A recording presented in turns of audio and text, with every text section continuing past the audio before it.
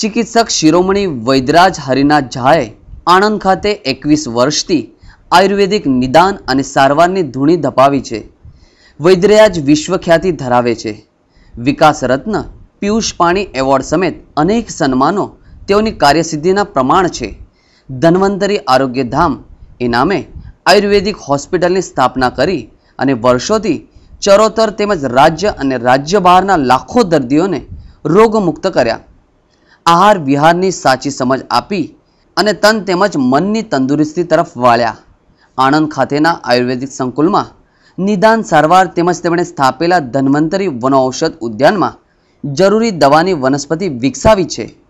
અનેક મહાનુભાવોની સારવાર કરી છે, શિબિરો યોજી છે અને સ્ત્રીરોગ, ચામડીના રોગ, બ્લડ પ્રેશર, ડાયાબિટીસ, સફેદ ડાઘ, કોલાઇટિસ, દમ, વા સમેતના અનેક રોગોમાં તેમનું નિદાન અને સારવાર સચોટ હોય છે અને પરિણામ લાવે છે.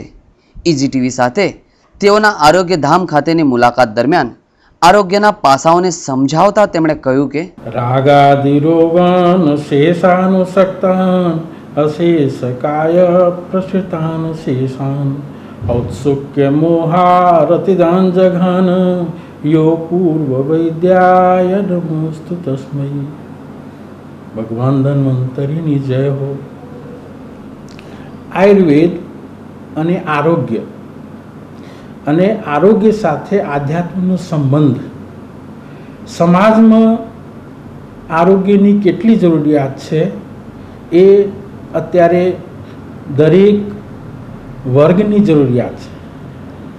સમાજને આરોગ્ય કેવી રીતે આપીશું, એના સાથે સાથે સંસ્કારનું સિંચન કેવી રીતે થશે અને સમાજમાં આરોગ્ય પ્રત્યેની જાગૃતતા કેવી રીતે આવશે, એ સંબંધમાં આપને અમે કંઈક કહીશું.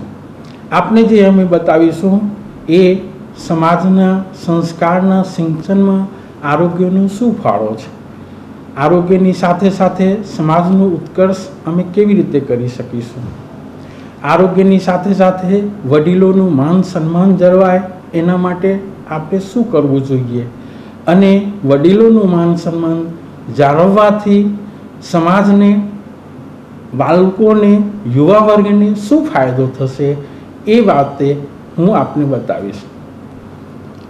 આરોગ્ય સંસ્કૃતિ સાથે કેવી રીતે જળવાયેલું છે, ગુજરાતની સંસ્કૃતિમાં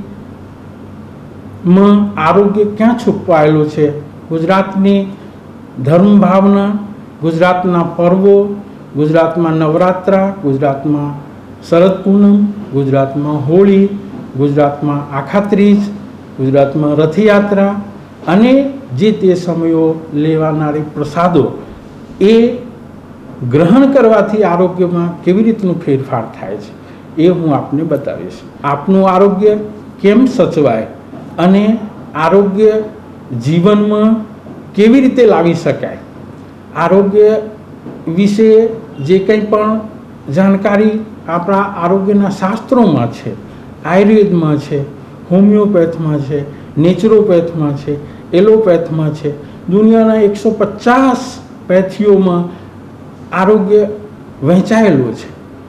સૌથી મૂળ જે મેં આપને વાત કરી કે 4 વેદ છે અને ચારે વેદમાં જે કંઈ પણ આરોગ્ય અંગે છે એનો નિચોડ આયુર્વેદમાં છે.